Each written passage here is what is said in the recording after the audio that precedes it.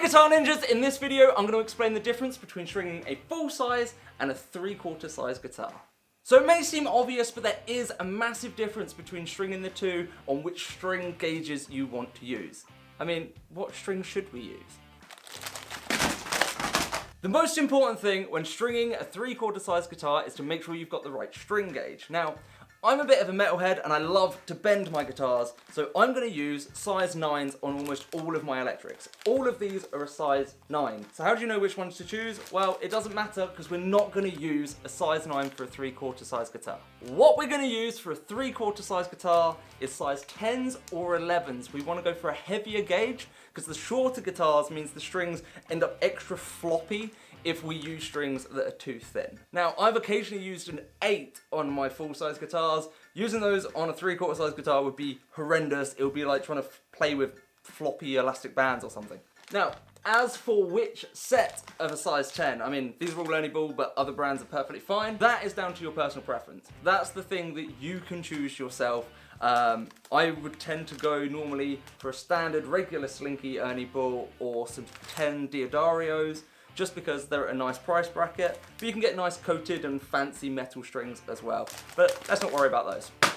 So my personal preference is the Ernie Ball regular slinkies, so I'm going to have a go at throwing these on, and in classic 5-minute craft style, here is a mental montage of me restringing this 3/4 size guitar.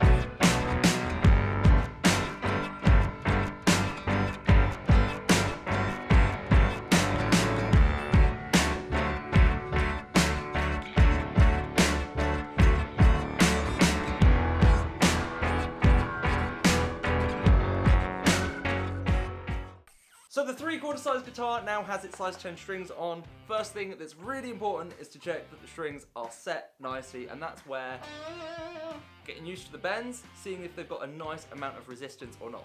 If you use the size 8 or 9 gauge on this, you'll start to bend and the strings will just feel super floppy and you'll accidentally do this when you mean to do this. So it's really good to make sure you've got the right sort of gauge on here. These 10s feel pretty good. So it's time to test. Will it squeal? So if any of you saw the last video, I was checking if the D and the Razorback squeals, and you'll know that there were two different types of squeals. The first one was trying to do a pinch harmonic on the lower strings, ultimate chug squeal. The second one was playing around with a floating tremolo, which this guitar doesn't have. So we're gonna have a go at trying to do that squeal using a natural harmonic and bending the strings up here. Just watch and you'll see. Okay, so test number one, can we do the squeal during the chug, pinch harmonic style-y? Now, we are talking dinky guitar, but it does have a humbucker. The amp settings are the same as the last video, like this. Let's do this!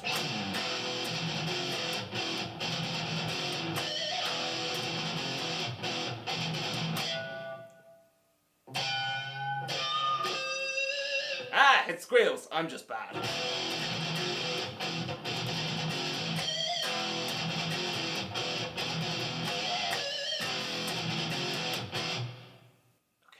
So past squeal test number 1, let's have a look at squeal test number 2.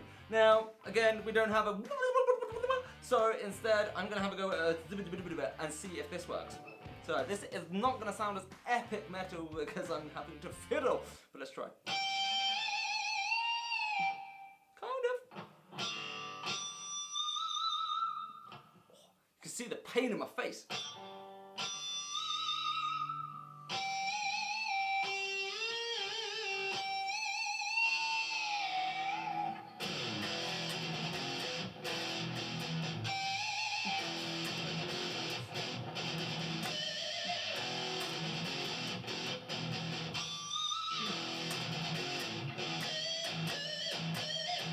Well, turns out even dinky guitars squeal!